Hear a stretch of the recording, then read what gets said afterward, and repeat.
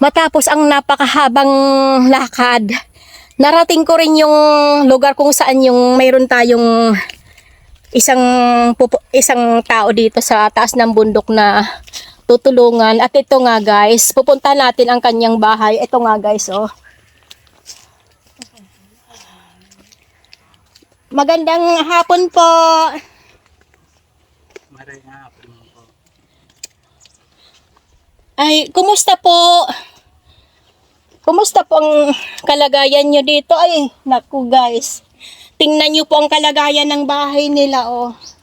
Mag-isa ka lang po dito? Dalawa po. Dalawa. Tatay ko. Dalawa daw pala po silang magkasama. Wala yung tatay niya. Ito guys, nakakakita ka po. Hindi. Hindi daw po ito pala nakakakita. Ano pangalan niyo po? Yung kwan ko po, totoong pangalan, Renato. Renato. Renato po. Hmm. Dati ka na po bang ganyan na hindi ka nakakakita? Hindi pa. Dati pa ako nagtatrabaho sa Bulacan, sa rice mill po. Dati kang nagtrabaho sa rice mill. Tapos ano pong nangyari? Ba't nawalan ka ng paningin? Napasma po siguro yung mga ugat sa mata ko. Napasma. Wala ka naman pong pamilya o kaya wala kang asawa o ano? Wala. Binata ka lang po. Oh. Magandang hapon po. Siya po pala si Renato. Ipakilala ko po sa inyo. Ito po ang dinayo namin dito sa taas ng bundok para mabiyayaan po ng tulong galing kay Ma'am Kay Johnson Dabney. Ito po, nabulag daw po pala siya dahil sa napasma ang kanyang mata sa pagtatrabaho sa rice mill. Saan nga po kasi yon? Sa Bulacan. Sa Bulacan daw po. Nung umalis ka po sa trabaho, dati ka na pong nabulag o dito ka na lang nabulag pag uwi mo? Matagal na po, mga kwan. Nag-umpisa po yung lumabo yung mata ko pa hanggang po sa talagang hindi na nung 25 pa lang po yung edad ko. Nag-umpisa na nung lumabo yung mata. Ganun. Ang naumpisahan pala dahil pala ilang taon po kayo nagtrabaho sa rice mill? Tagal po, kaya lang palipat-lipat.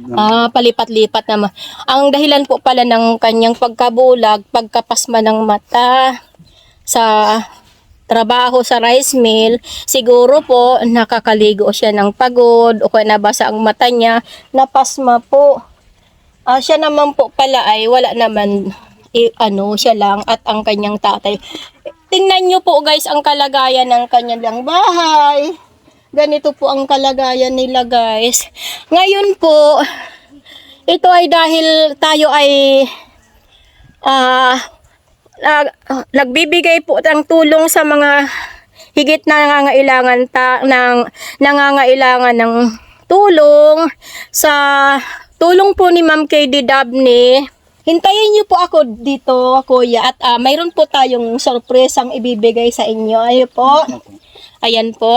Sandali lang po at ipadadala ko po dito. Ito guys. Gusto ko pong bigyan po ito ng tulong para man lang kahit papaano po makatulong man pa lang po, matustusan ang inyong pangailangan sa sandali lang na panahon. Dahil kahit papaano nandyan po ang ating sponsor, si Ma'am KD Dabney.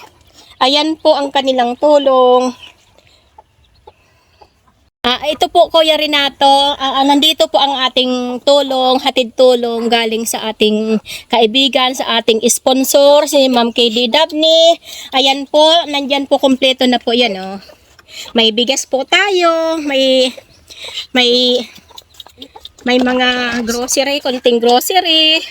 Ito po ay galing sa ating kaibigan, si Ma'am Kay Johnson Dabney. Ayan po. Ayan po.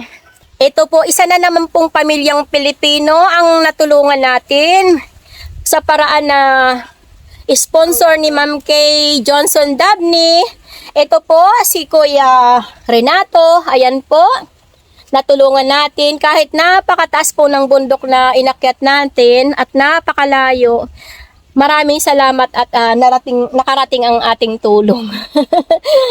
Ay, nagpatulong lang po ako sa mga bata sa pagbuhat at kay ate. Ayan po kuya. Mauna na po kami kuya, mayroon pa po kaming pupuntahan dyan. Salamat. Salamat Punta na po kami dito. Salamat po. Opo.